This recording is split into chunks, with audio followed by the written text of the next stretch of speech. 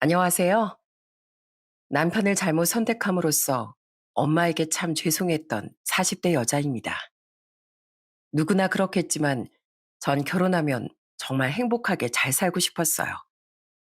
제가 어릴 적 이혼을 했던 엄마가 자식들만은 꼭 행복한 가정을 꾸리길 간절히 바라셨거든요. 하지만 저는 결국 엄마의 가슴에 속상함을 남긴 채 이혼을 선택했는데요. 그 과정에서 전 남편이란 인간에게 훨씬 큰 실망감을 느껴야 했습니다. 남편은 제가 생각했던 것보다 훨씬 엉망인 인간이었더라고요. 그런 그놈에게 엄만 불같은 응징을 해주셨는데 그때 이야기를 지금부터 여러분께 들려드리려고 합니다.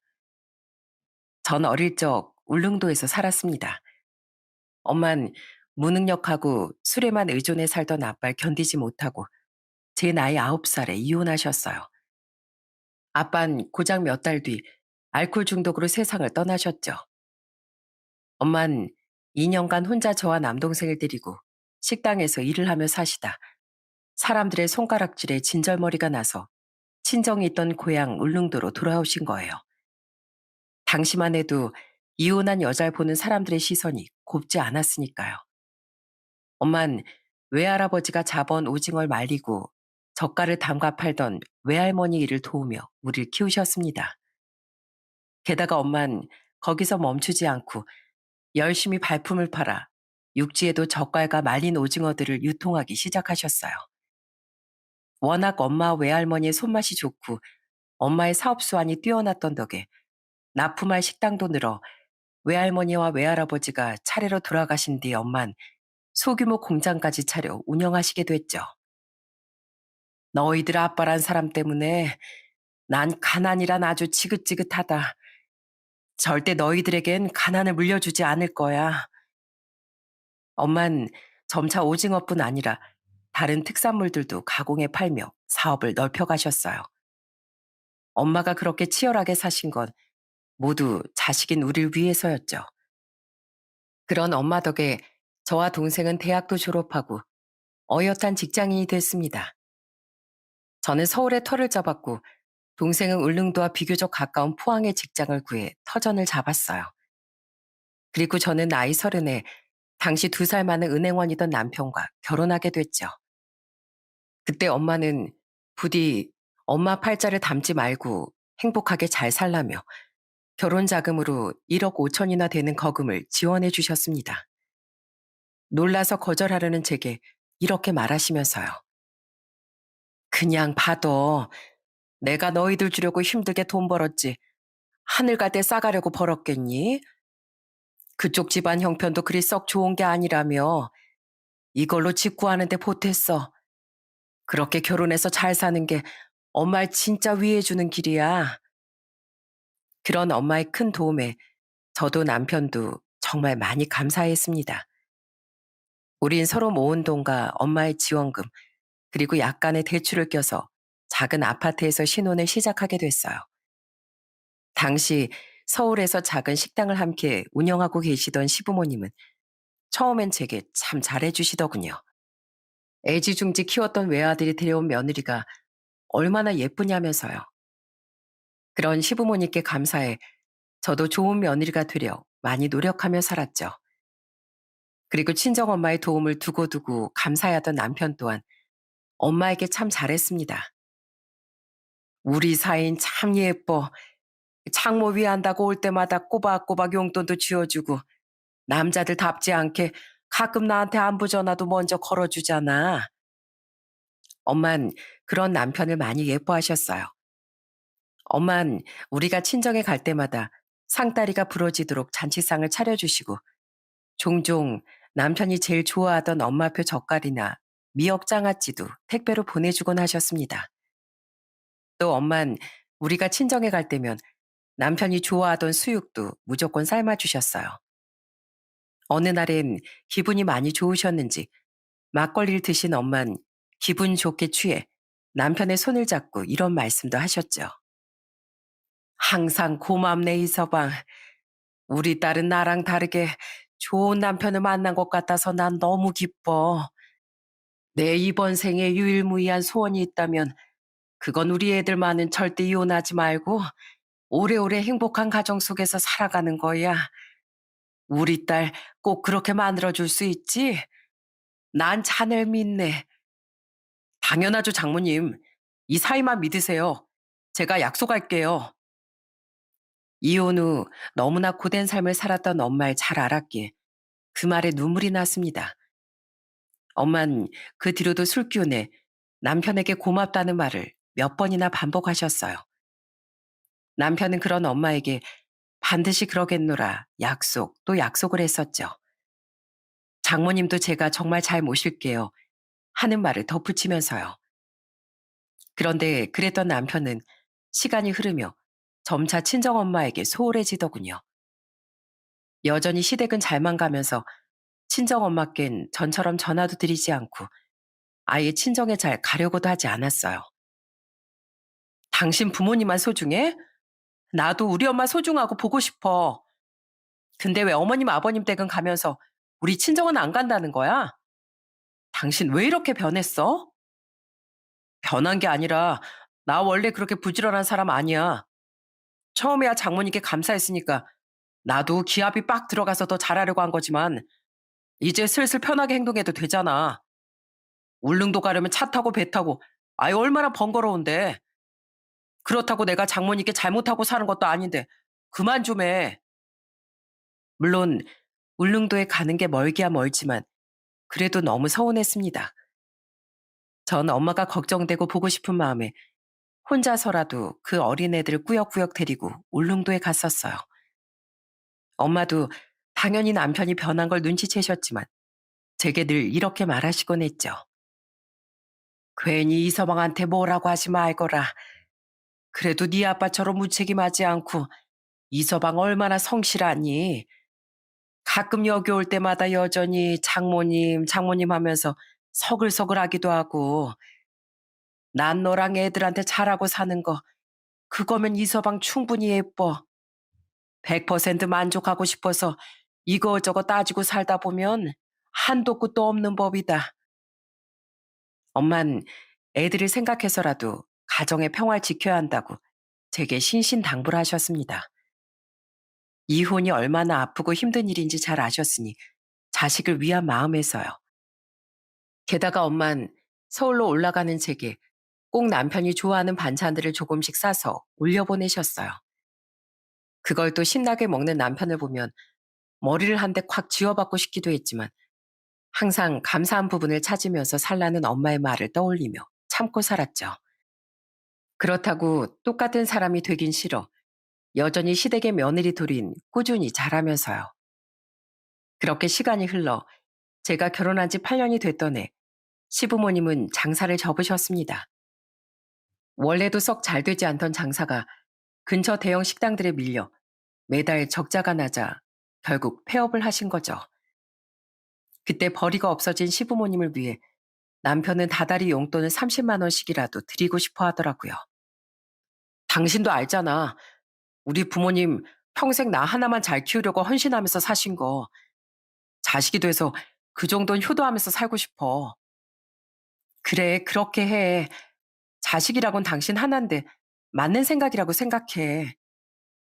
조금씩 서운함을 느끼며 살았다지만 그래도 제 남편 아닙니까? 그런 남편을 키워주신 시부모님께 그 정도는 하나도 아깝지 않다고 생각했어요. 다만 저희 엄마에게도 마찬가지로 잘해드리고 싶다는 마음에 남편에게 똑같이 용돈을 드리면 어떻겠냐는 의견을 조심스레 내보았더니 남편이 인상을 팍 쓰지 않겠어요? 장모님도? 장모님은 돈 많으시잖아. 우리 부모님과는 상황이 달라. 나도 최근에 연봉이 많이 올랐고 당시도 돈을 못 버는 것도 아닌데 30 정도 더 드린다고 뭐가 달라져? 액수가 문제가 아니라 그렇게라도 엄마께 효도하고 싶어서 그래. 게다가 우리 엄만 우리가 결혼할 때 지원도 많이 해주셨잖아. 근데 그걸 꼭 그렇게 인상을 팍 쓰면서까지 반대를 해야 돼? 우리 엄마한테 그렇게 고마울 때는 언제고. 상황이 힘들면야 못 드릴 수도 있지만 당시 우리의 경제 상황이 그렇게 힘들지 않았었어요.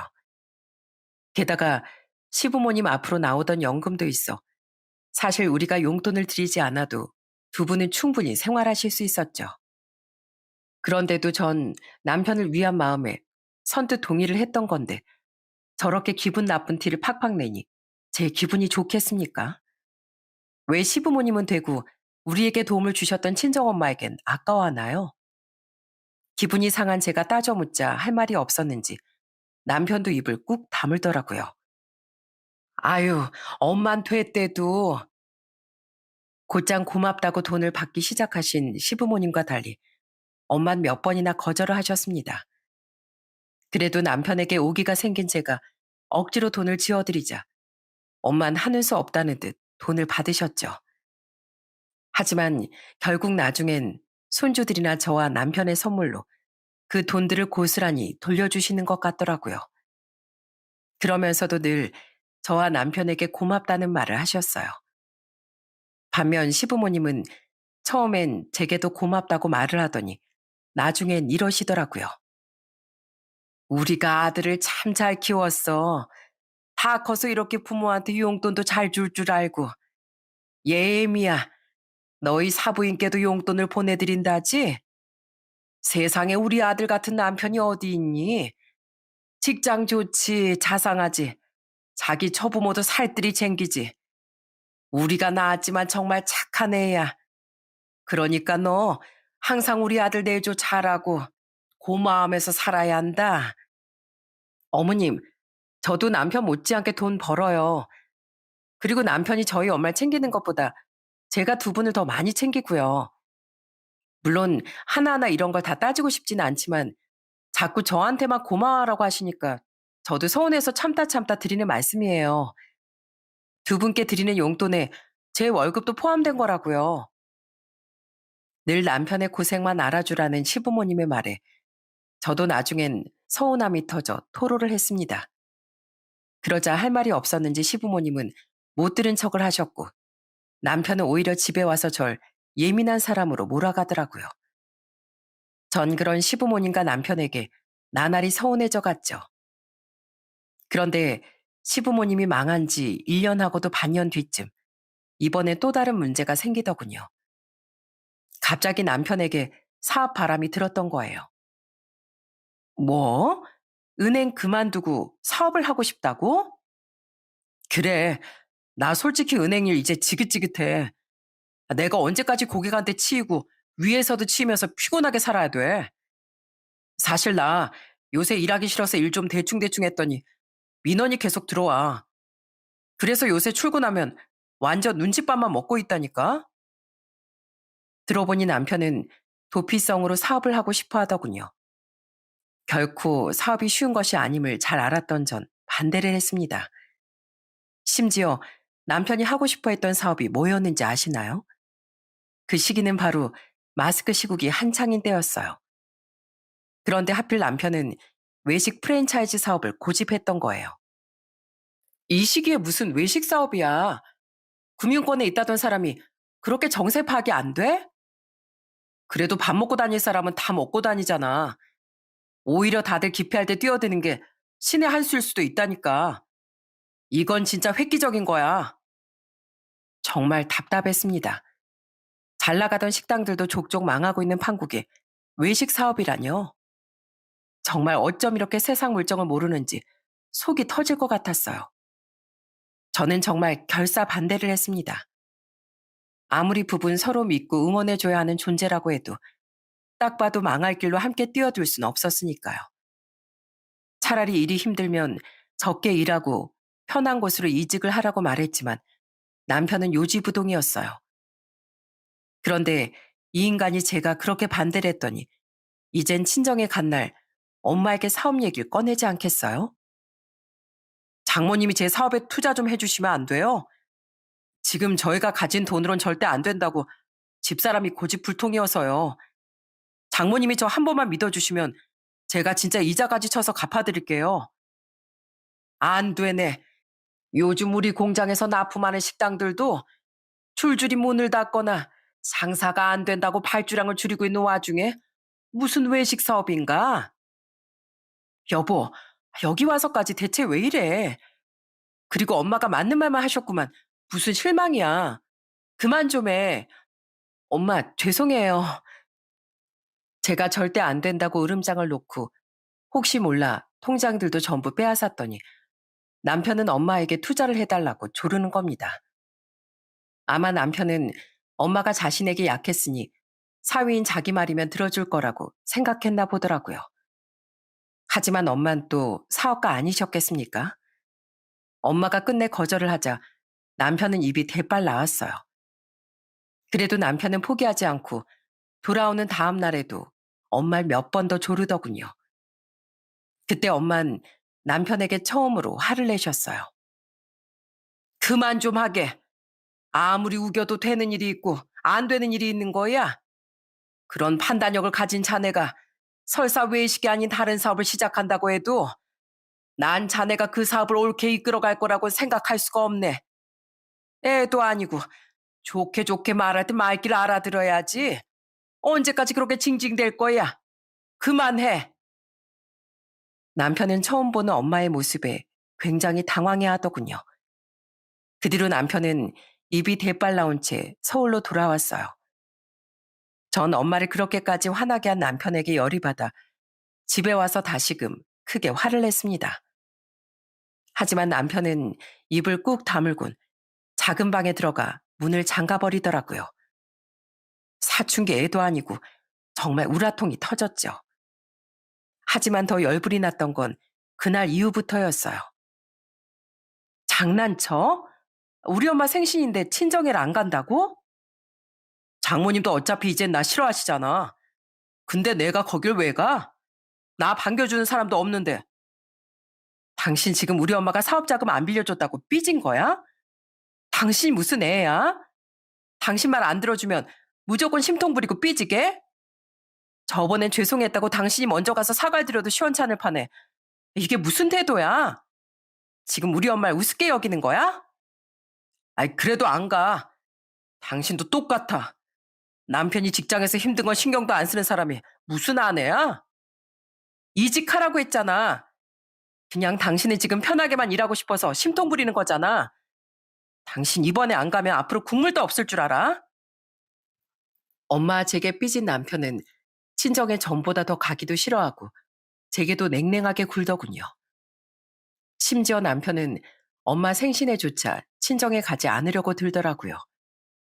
그 유치한 짓에 제 화가 폭발하자 흠칫한 남편은 그제야 따라 나서긴 했습니다. 하지만 친정에 가서도 뚱한 표정으로 음식 몇 입만 깨작대다 누워있는 남편을 보며 제 동생 부부는 민망한지 눈치만 보더라고요. 좋은 말 할 때 일어나? 아니면 배도 끊겨서 육지로도 못 가는데 지금 집 밖으로 내쫓을 줄 알아? 엄마께 죄송해 소리도 못 지르고 엄포를 놓자 그제야 남편은 똥 씹은 표정으로 일어나긴 하더군요. 하지만 괜히 과일상에 포크를 툭툭 던지며 여전히 심통을 부리자 엄만 손에 든 포크를 탁 내려놓으며 말하셨어요. 만약 자네 행동 우리 애들이 했으면 난 손주들이 보든 말든 신경 쓰지 않고 회초리질을 했을 거네. 그래도 꾹 참고 말로 타이르는 건 자네가 남의 집 귀한 아들인 사위이기 때문이야. 어디 자네 돈도 아닌 내 돈을 내 마음대로 안 빌려준 게 토라질 일이라고 이런 어린애 같은 짓을 하나? 오냐오냐 해줬더니 장모가 우습게 보여? 정말 제가 너무 죄송해서 혼났습니다. 그제야 남편은 위축된 표정으로 자세를 고쳐 앉고 포크를 내려놨지만 여전히 불만스런 모양새였죠. 이후로도 점점 저와 친정을 무시하고 쫌스러지는 남편에게 저는 마음이 상하고 정이 떨어져 갔어요. 그 와중에 더 화가 났던 건 사업 얘기를 들은 시부모까지 저를 나무라기 시작했다는 거예요. 예, 아내가 돼서 남편이 하자고 하면 그냥 조신하게 따르는 거지. 어디서 된다 안 된다 바라기야? 우리 애가 오죽했으면 사부인에게까지 가서 돈을 부탁했겠냐고? 남편 자존심을 아내라는 애가 나서서 눌러버리는 게 맞는 거니? 어머님, 이게 지금 저한테 화낼 일이 맞다고 생각하세요? 지금 이 시국에 외식 사업이 말이 되냐고요. 그러다 이 사람이 사업 말아먹으면 그 고생은 다 누가 하는데요? 여잔 원래 남자가 하자고 하면 무조건 따르는 거야. 그 뒤에 고생이 됐든 뭐가 됐든 자기 한 몸 희생할 줄 아는 게 진정한 아내의 도리지.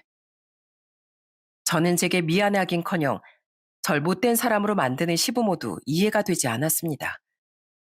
시부모는 점점 저를 못마땅하게 여겼어요.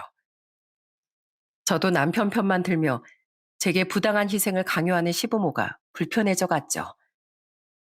그 와중에 여전히 제게 심통이 나 있던 남편은 우리 부모님 무섭지? 그러니까 이제 그만 항복하시지 그래? 하고 말하는데 정말 정내미가 뚝뚝 떨어졌습니다. 그렇게 우리 부부는 서로 점점 더 멀어져 갔어요. 그렇게 남편이 사업 이야기를 꺼낸 지 1년가량 지났던 1월의 어느 겨울날, 저는 더욱 황당한 사실을 알게 됐죠. 네, 어머님, 어쩐 일이세요? 당시 전 결혼 생활과 업무에 대한 스트레스가 겹겹이 쌓여 건강에 적신호가 생겼습니다.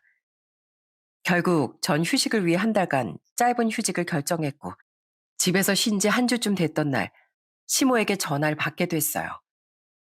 전 시모가 제가 걱정되어 전화를 건 줄 알았습니다. 그래도 가족이니까요. 하지만 황당하게도 시모는 불만에 가득 찬 목소리로 이러더군요. 예, 너 혹시 꾀병 아니니?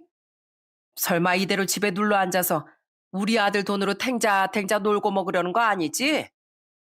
내 눈에 흙이 들어가도 그 꼴을 못 본다. 그리고 너 혹시 내서 하는 소린데 이대로 일 아예 그만뒀다가 매달 60씩 주는 우리 용돈 줄일 생각일랑은 꿈도 꾸지 말어. 지금 건강이 안 좋아서 휴직까지 한 며느리한테 그게 할 소리세요? 내 자식이 귀하면 남의 자식 귀한 줄도 아셔야죠. 그리고 뭐요? 60이요? 애들 아빠 두 분께 30씩 보내고 있던 거 아니었어요? 어? 6달 전부터 우리한테 효도하겠다고 걔가 용돈 올려줬는데? 뭐야, 너 몰랐니? 완전히 금시초문인데요. 아무튼 우리 아들이 워낙 효자니까 우리한테 용돈 좀 올려주고 싶을 수도 있는 거지. 그걸 너한테 일일이 다 허락받아야 하냐? 어쨌든 난 똑똑히 말했다. 아프다고 이대로 집에 눌러 앉을 생각일랑 꿈도 꾸지 말어. 참 황당하더군요. 제가 용돈에 대한 사실을 모르는 것 같자 시모는 당황하며 전화를 뚝 끊어버리더라고요. 남편과 전 결혼 초부터 재산을 더 잘 관리하기 위해 정기적으로 나가는 돈은 남편 통장으로, 생활비는 제 통장으로 관리하고 있었어요. 적금은 따로 모으면서요. 그동안 우리 남편 통장에 자동이체를 걸어 다달이 양가의 용돈을 드리고 있었죠. 그런데 그걸 이용해 남편은 멋대로 시부모에게 용돈을 2배로 올려버린 거예요. 솔직히 100도 아니고 60? 드릴 수 있죠. 하지만 제가 불쾌했던 건 제가 시부모에게 감정이 불쾌한 상태였던 것도 있었지만 모든 건 항상 상의하며 사용하기로 했던 약속을 남편이 조용히 어기고 있었다는 겁니다. 어? 누구지? 그런데 시모와의 전화를 끊자마자 이번엔 누군가 저희 집 초인종을 울리더군요. 그리고 집에 찾아온 사람을 본 전 깜짝 놀라며 얼른 문을 열었어요. 엄마, 여기까지는 어쩐 일이세요? 아유, 어쩐 일은 건강 안 좋다는 우리 딸 걱정돼서 와봤지. 집에 찾아온 사람은 친정 엄마였습니다. 엄만 그냥 쉬면 괜찮아진다는데도 굳이 그 추운 겨울에 제가 걱정되어 서울까지 올라오셨던 거예요. 그것도 양손에 제가 좋아하는 음식들을 바리바리 싸들고서요. 그런 엄마를 보는 순간 괜히 서러운 마음에 눈물이 왈칵 터지더군요. 엄마, 아이고, 얘가 괜찮다더니 많이 아프긴 했나 보네. 엄마 보자마자 눈물을 다 흘리고. 당시 방학 중이던 아이들이 집에 있었는데도 불구하고 전 어린애처럼 엄마를 꼭 끌어안고 울었습니다. 사실 그동안 엄마가 걱정하실까봐 말은 못하고 혼자 많이 힘들었거든요. 1년이나 잔뜩 삐져서 남보다도 못하게 변하고 있던 남편은 아픈 제게 밥 한 끼 해주기는커녕 투명 인간 취급을 하고 있지. 시부모란 사람들은 조금 전처럼 전화해서 그런 소리나 내뱉고 있지. 대체 이 결혼 생활을 제가 왜 하고 있나 싶어서요. 엄만 제가 아파서 그런 줄 알고 절 그저 웃으며 달래주셨어요. 겨우 울음을 그친 전 엄마께 커피 한 잔을 내어드리며 문득 물었습니다. 근데 엄마, 애들 아빠가 요새 용돈 30만 원씩 잘 보내드리고 있어요? 어? 그거 이서방이 사업 얘기 꺼낸 후론 아예 안 보내던데 너희 상의된 내용 아니었어? 난 괜히 그걸 왜 안 주냐고 물어보기도 뭐해서 가만히 있었지. 기가 막혀서 욕설까지 나오려는 걸 겨우 참았습니다. 그때 전 남편이 시부모의 용돈을 딱 2배 올렸다기에 설마 엄마에게 앙심을 품고 엄마의 용돈을 시부모에게 줘버렸나 싶어 여쭤봤던 거였어요. 시기가 딱 엄마에게 삐지기 시작한 시기여서요. 설마 이 인간이 그렇게 치졸한 인간일까 싶었지만 혹시나 했던 건데 역시나였더라고요. 저는 이를 꽉 깨물며 우선 엄마에게 대충 말을 둘러댔습니다. 엄마에겐 죄송하지만 이젠 정말 남편과 못 살겠다고 생각하면서도 벌써부터 엄마에게 걱정을 끼쳐드리긴 싫어서요. 왜 벌써 가세요, 엄마? 주무시고 가시지. 엄마 일이 있어서 가봐야 돼. 그리고 이서방 아직 나한테 삐져 있지? 괜히 얼굴 보면 서로 불편하다. 엄마 간다. 주무시지 않으면 밥이라도 드시고 가라는데도 엄만 커피만 딱 드시곤 돌아가셨습니다. 딱 봐도 사위 눈치 때문에 돌아가시려는 엄마께 정말 얼마나 죄송했는지 몰라요. 전 엄마가 가시자마자 엄마 통장으로 100만 원을 이체하곤 다시 전화를 드렸어요. 이해, 방금 휴대폰에 알림 떴는데 돈을 대체 왜 보냈어? 죄송해서요. 그동안 말없이 용돈도 못 보내드렸는데 차비랑 식재료비라도 드리고 싶었어요. 아이고, 그게 무슨 100이나 된다고 그래. 엄만 필요 없으니까 도로 보내마. 사업을 하셔서 은행 어플을 잘 사용하셨던 엄만 다시 그 돈을 보내주겠노라 말씀하시더군요. 하지만 너무 죄송하기도 했고 남편에 대한 오기도 생겨 저는 제발 그냥 받으시라고 부탁했어요.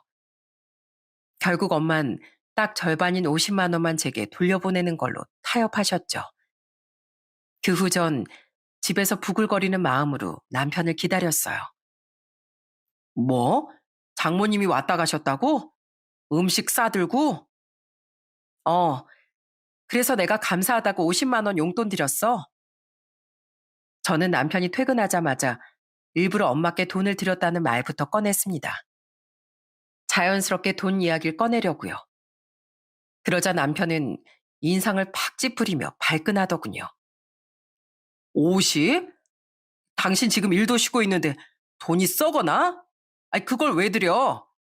사위 귀한 줄도 모르는 분한텐 5만 원도 아까운데. 당신 이번 달에 쉬고 있으니까 그 돈은 나 혼자 번 돈이나 마찬가지잖아. 아까우니까 다음부턴 한 푼도 드리지 마. 어차피 우리보다 돈도 많은 분이잖아. 뭐 아깝다고?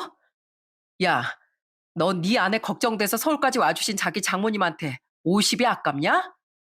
야, 이 은혜도 모르는 자식아. 돈 많은 부모님한텐 효도하지 말라는 법이라도 있어? 우리 결혼할 때 네 부모님은 한 푼도 못 해준 지원을 우리 엄마는 1억 5천이나 해주셨어. 그동안 우리가 드렸던 용돈 30만 원도 엄만 기어코 더 보태서 돌려주다시피 하신 분이야.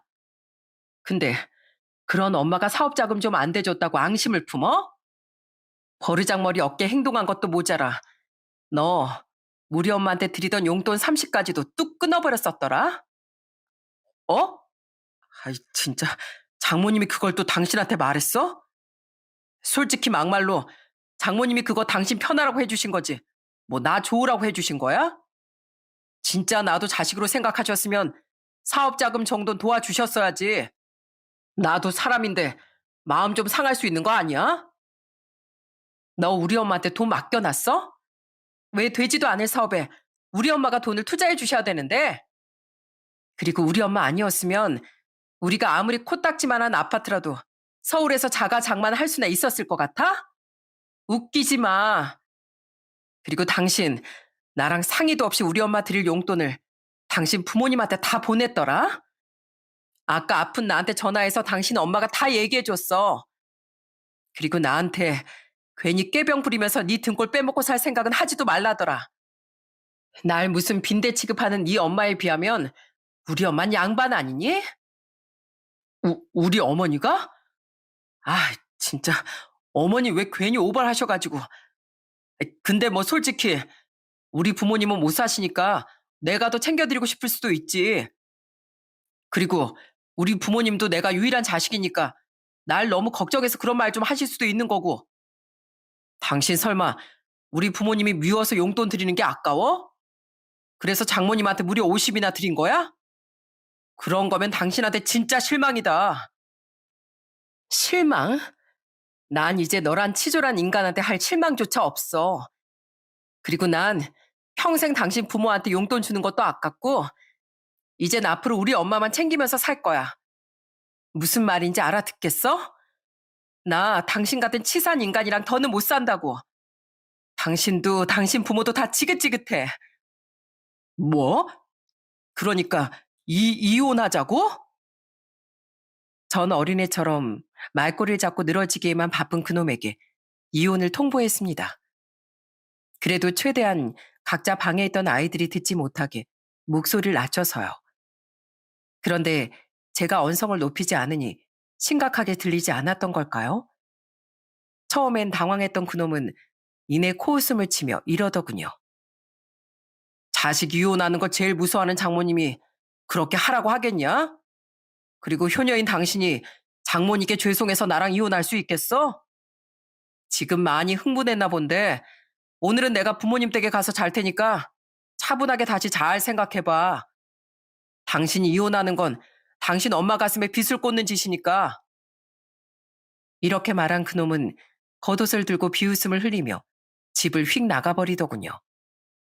이놈이 그동안 왜 이렇게 겁도 없이 아나무인으로구나 했더니 남편은 자식의 이혼을 남다르게 걱정하는 엄마의 약점을 믿고 까불었던 거더라고요. 기가 찼던 전 다음날 새벽같이 아이들을 데리고 울릉도 친정으로 내려가 버렸습니다. 어차피 겨울방학이었으니 애들 학교 걱정도 없었고 집에 대한 지분도 엄마의 지원 덕에 제 몫이 훨씬 컸기에 제가 집을 나간다고 해서 그 집을 빼앗길 거란 걱정도 되지 않았거든요. 전 그날 집으로 돌아올 남편과 같은 공간에 있고 싶지도 않았어요. 엄마, 사실 저 그동안 많이 힘들었어요. 저 더 이상 그런 인간이랑은 못 살아요. 이런 모습 보여서 죄송해요. 친정에 도착한 전 놀란 엄마에게 그동안 남편과 시댁과의 불화를 모두 말씀드렸습니다. 휴직 전부터 아프던 절 돌봐주긴커녕 오히려 꾀병 아니냐고 자기 부모처럼 비아냥댔던 그놈의 행동까지 전부 다요. 그러자 엄만 절 끌어안고 속상한 눈물을 흘리셨어요. 엄마가 괜히 너에게 이혼을 신중해라 어째라 하는 말을 해서 널 더 괴롭게 만든 것 같구나. 오히려 엄마가 미안하다. 그놈이 감히 내 딸을 그렇게 홀대했단 말이지? 내 절대 그놈 가만 안 둔다. 이를 바득바득 앓던 엄만 갑자기 남편에게 문자를 한 통 보내시더군요. 그리고 엄마의 문자를 본 전 화들짝 놀라고 말았어요. 우리 딸 지금 울릉도에 와 있네. 이젠 자네랑 이혼하겠다고 하니? 그동안 안 갖고 있던 내 돈 당장 갚게. 안 갚으면 소송 걸 걸세. 엄마, 돈이라뇨? 이게 무슨 말이에요? 엄만 그놈에게 돈을 갚으라는 문자를 보내셨던 거예요. 제가 아는 한 저희 집에 돈을 빌릴 만한 상황은 한 번도 없었기에 정말 어리둥절했습니다. 그리고 엄마에게 숨겨진 진실을 들은 전 경악을 하고 말았어요. 기가 막히게도 남편은 결혼한 지 7년 뒤 어느 날 저 몰래 일까지 쉬고 엄마를 찾아왔었다는군요. 그리곤 무릎을 꿇고 눈물을 뚝뚝 흘리며 돈을 빌려달라는 부탁을 했다고 해요. 장모님, 제가 사실은요, 우연히 스포츠 도박을 하게 됐었거든요. 처음엔 순전히 재미로 했는데 이게 정신을 차려보니까 어느새 제가 제 명예 예금 통장도 깨고 타은행에 대출까지 받아서 다 날렸더라고요. 저 이거 집사람한테 걸리면 이혼당해요. 도박 때문에 대출까지 받은 게 은행에 탄로나면 최악인 경우 해고까지 될 거고요. 장모님, 저 좀 한 번만 도와주세요. 네? 장모님도 집사람이 이혼하길 바라진 않으시잖아요. 한 번만 도와주시면 저 진짜 갱생하고 도박에 눈길도 안 주면서 살게요. 이미 저 손 다 털었어요. 저희 부모님 걸고 맹세해요. 한심하게도 남편은 그때 스포츠 도박에 빠져 저 몰래 우리의 공동재산 중 자기 명의로 되어 있던 예금 통장을 깨고 대출까지 받아 탕진했던 겁니다. 그리곤 엄마에게 대출금을 갚고 다시 예금을 되돌려 놓을 돈을 빌리려 찾아왔던 거죠. 처음엔 남편을 혼내셨던 엄만 결국 남편을 한번 도와주기로 하셨었다는군요. 자기 부모까지 걸고 맹세한 남편에게 딸인 절 생각해 기회를 주시기로 한 거죠. 하지만 남편이 다시 도박에 손을 댈까봐 엄만 일부러 법적으로 문제가 되지 않는 선 안에서 고금리 이자를 조건으로 차용증을 받으셨다고 해요. 이서방은 천천히라도 무조건 갚겠다고 했지만 사실 난 그 돈을 돌려받을 생각은 없었다. 그냥 내 딸의 결혼을 지켜주는 대가라고 생각했거든. 하지만 그냥 준다고 하면 이서방이 돈을 우습게 알고 또 도박에 손댈까봐 차용증을 받고 갚겠다는 말에 아무 말도 하지 않았던 거야. 차용증에 대한 법적 공증까지 다 받고 말이야. 그 뒤 남편은 한동안 엄마에게 죄송하다, 곧 갚겠다고 납작 엎드린 모습을 보이다 나중엔 입을 싹 닦았다더군요. 원래 받을 생각이 없었다지만 너무 뻔뻔한 모습에 엄만 한번 남편에게 돈을 대체 언제 갚을 생각이냐고 물어보셨다고 해요. 그때 남편은 그걸 진짜 받으시려고요? 장모님, 저 진짜 이제 도박 끊었어요. 사실 장모님도 저한테 그 돈 받을 생각 없으셨잖아요. 그러니까 그냥 제가 개과천선한 걸로 봐주세요. 그럼 저 집사람한테 진짜 잘하면서 살게요. 장모님도 이걸 집사람이 알아서 이혼하는 거 원치 않으시잖아요. 네? 부탁드려요. 하고 대답했다네요. 그때 엄만 남편의 죄송해하지도 않는 남편의 모습에 크게 실망하셨어도 절 이혼시키는 것보단 참는 게 낫겠다 싶어 그동안 그 사실을 숨기셨던 겁니다. 그런데 돈 귀한 줄도 모르는 이 서방이 되지도 않을 사업자금 타령까지 해댔으니 내가 그걸 줄 리가 있었겠니? 아마 그놈은 전이랑 다르게 사업자금은 너 몰래 빌려봤자 언젠간 들킬 것 같으니까 너한테 비밀로 못한 것 같다. 그놈은 내가 한번 봐줬으니 만만해 보였던 모양이지? 게다가 네가 날 생각해서라도 이혼은 못할 거라는 생각에 돈을 갚을 생각도 없던 것 같은데 내가 아주 혼쭐을 내줄 거다. 아무리 이혼이 두렵다고 해도 내 자식 눈에 눈물 내는 것보다야 무서울까? 이왕 일이 이렇게 된 거 나 그놈한테 그 돈이랑 이자까지 다 받아낼 거야. 돈을 갚으라는 엄마의 말에 그놈은 기함을 한 모양이더군요. 그놈은 엄마에게 답장조차 않더니 한달음에 울릉도까지 달려왔더라고요. 그리곤 도착하자마자 우리 앞에 무릎을 꿇고 싹싹 빌기 시작했습니다. 장모님, 저 정말로 우리가 이혼하도록 그냥 두시겠다고요? 왜 그러세요? 저 이서방입니다. 네? 그게 뭐? 자넨 내가 영 우스워서 나뿐 아니라 내 딸까지 우습게 대했나 본데 좀 잘해주니까 자네가 뭐라도 된 줄 알았나? 자네 분명히 나한테 약속했지? 나한테 고마워서라도 우리 딸한테 더 잘하면서 살겠다고. 그런데 잘하기는커녕 내 딸을 서럽게 만들어? 그딴 짓을 하고도 나한테 사위 대접을 받길 바래? 자넨 이제 국물도 없을 줄 알아. 차용증에 적힌 이자율 그대로 나한테 돈 다 토해낼 각오해. 장모님, 제가 정말 잘못했어요. 이제라도 집사람한테 저 정말 잘하면서 살게요. 여보, 그동안 내가 좀 유치하게 굴었지? 미안해. 근데 뭐 이런 걸로 이혼까지 생각하고 그래. 나 앞으로 사업 얘기도 안 꺼내고 우리 부모님도 당신한테 절대 함부로 못 굴게 할게. 그래, 우리 부모님한테 드리던 용돈도 끊자. 그리고 그만큼 장모님께 용돈 드리면 되잖아. 장모님, 그 용돈을 제가 돈 갚는 거라고 쳐주시면 안 될까요? 네? 여보, 장모님 화 좀 제발 가라앉혀줘. 나 무서워. 무슨 애냐? 삐지면 심통에 심술 부리고 무서우면 울면서 징징대고. 야, 넌 네가 필요하고 네 편 들어줄 땐 우리 장모님, 우리 부모님 하더니 화장실 나올 때가 되니까 우리 엄마 그렇게 등한시했냐? 지금 네가 돈 토해내고 이혼당할 것 같으니까 네 부모님한테 주는 용돈도 끊겠다고? 사람이 진짜 빈티난다, 빈티나. 어? 여보, 여보라고 부르지도 마. 나 몰래 도박하다 우리 엄마한테 돈 빌렸다는 것도 뒤로 넘어갈 일인데 그걸 입을 싹 닫고 갚을 생각도 안 했어? 그것도 당당하게 이혼의 아픔 있는 우리 엄마한테 이혼 얘기까지 들먹이면서?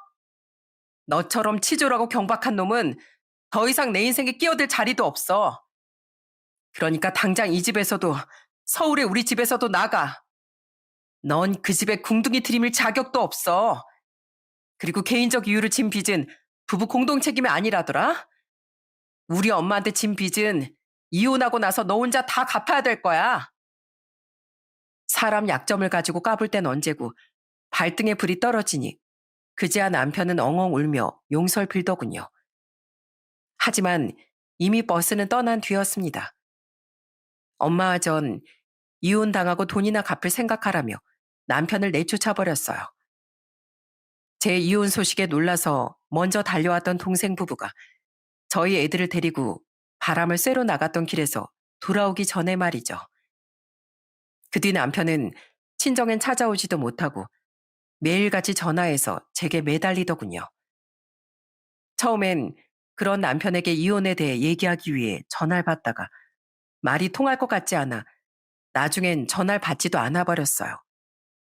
엄마야, 뭐 돈 얘기 아니면 연락하지도 말라는 문자를 보낸 뒤 남편의 연락을 전부 무시하셨죠. 그리고 며칠 뒤 전 변호사를 알아보는 등 본격적인 이혼 진행을 위해 서울로 다시 올라왔습니다. 애들은 잠시 엄마에게 맡기고서요. 여보, 돌아왔구나. 아직도 여기서 버티고 있었니? 내가 나가라고 했지? 당신이 말귀를 못 알아듣길래 나 이혼 소송 준비하려고 다시 올라온 거야. 남편은 아직도 집에서 버티고 있더군요. 전 그런 그놈을 투명인간 취급했는데 제가 왔다는 소식을 듣고 시부모까지 집으로 달려와 살살 제 비위를 맞추려고 들더라고요. 애미야, 너 저번에 내가 그렇게 전화해서 마음 상했니? 내가 미안하다.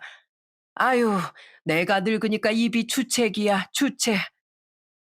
그래, 애미야. 내가 이 여편네 아주 홍군형을 내줬다. 어디 감히 우리 귀한 며느리한테 그런 소리를 하냐고 말이야. 난 네가 너무 걱정돼서 그동안 전화도 못했던 거야. 그리고 정규 이놈이 있지? 이놈도 내가 잘 타일러 놨다. 두 번 다신 사업 얘기도 못 꺼내게. 저기 사부인께서 화가 많이 나셨니? 우리가 한번 연락드려볼까? 아니요. 두 분이 여태절 어떻게 취급했는지 제가 다 일러바쳐서 전화하면 욕이나 실컷 들으실걸요? 물론 저야 속이 시원하겠지만 괜히 그렇게 저희 엄마 혈압 올리는 불효 저지르고 싶진 않으니까 그만두세요. 그리고 두 분이 저한테 미안했다고요? 제가 그 말을 믿겠어요? 전 저 인간이 저희 엄마에게 점점 소홀해졌어도 두 분한텐 그래도 며느리 도리를 다 하고 살았다고 생각합니다.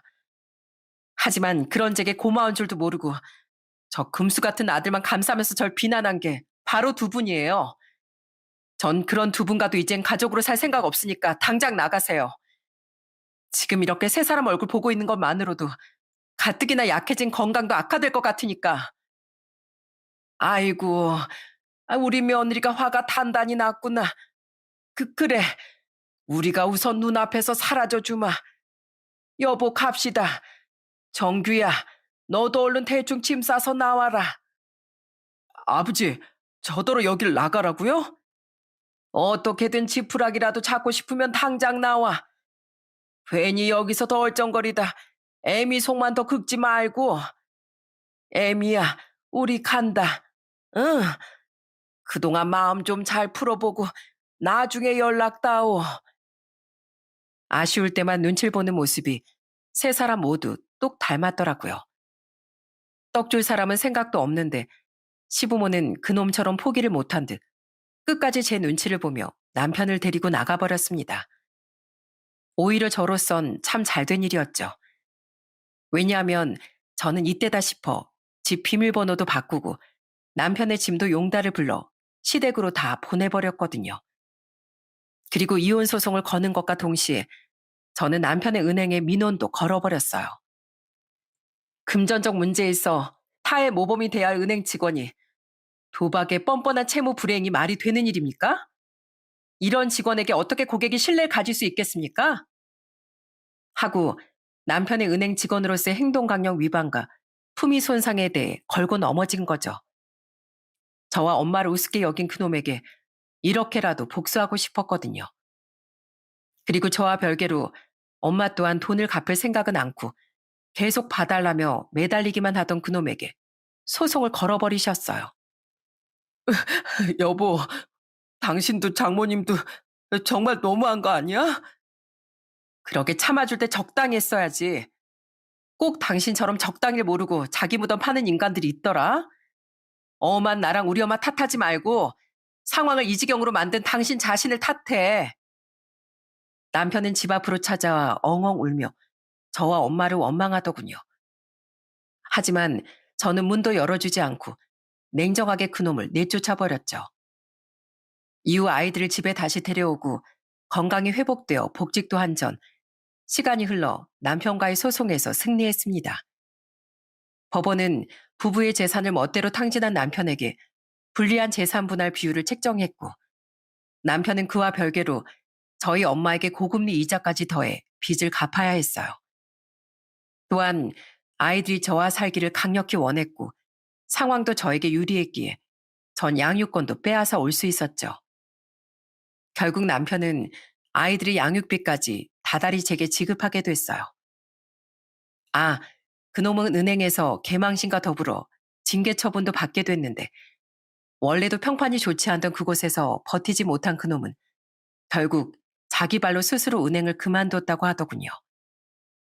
그리고 이 사연의 사건으로부터의 거의 3년 가까운 시간이 흐른 지금 전 남편이 어떻게 됐는지 아시나요?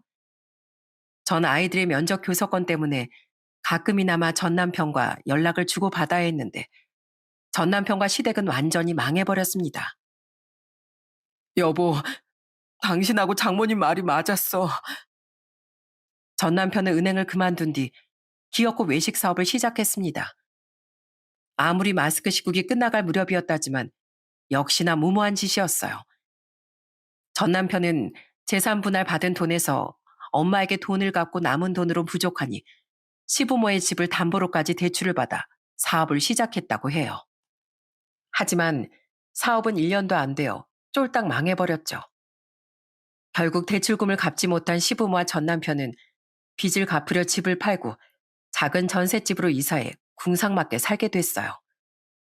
지금 전 남편은 배달 아르바이트를 하며 시부모를 부양하고 있는데 아이들에게 밥 사줄 돈도 없다며 몇 달째 애들을 만나지도 않고 있습니다. 그러면서도 아직까지 미련을 놓지 못하고 한 번씩 제게 미련 뚝뚝이 문자를 보내기에 짜증이 나서 제가 이렇게 답장해줬어요. 앞으로 애들 일은 애들 휴대폰 통해서 나한테 연락해. 차단한다. 이후 냅다 번호를 차단해버렸더니 아직까지 그놈은 애들에게도 아무런 연락이 없더라고요.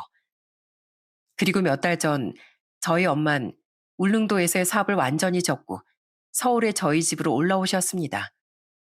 동생네야 옳게 불편하게 만들기 싫어 갈 생각이 없으셨지만 혼자 애를 키우면서 힘들게 사는 절 돕고 싶으시다면서요. 어차피 이제 나이도 70이 다 되셨으니 사업을 더 끌어갈 힘도 없으셨다는 엄마에게 얼마나 죄송하던지요. 하지만 한편으론 이제 계속 연로해지실 엄마를 이렇게라도 모시고 살 수 있어 다행이라는 생각도 들었습니다. 전 앞으로 아직도 전 남편만 생각하면 너무 죄송한 마음이 드는 엄마께 오래도록 효도하며 살 생각이에요. 과거 엄마가 고생스럽게 저와 동생을 키워주셨듯 이젠 제가 엄마 우리 아이들을 위해 남은 평생을 바쳐 살아가려고요. 돌이킬 수 없는 흉악 범죄나 바람을 제외하고 가장 악질인 죄악 중 하나는 사람의 약한 부분을 이용하는 일인 것 같습니다. 자식을 걱정하고 사랑하는 마음을 이용해 자신을 아껴주던 장물 휘두르고 얕잡아 보려 한 제 전남편 같은 인간 말이죠. 죄가 악질인 만큼 되돌아오는 응징과 천벌 또한 큰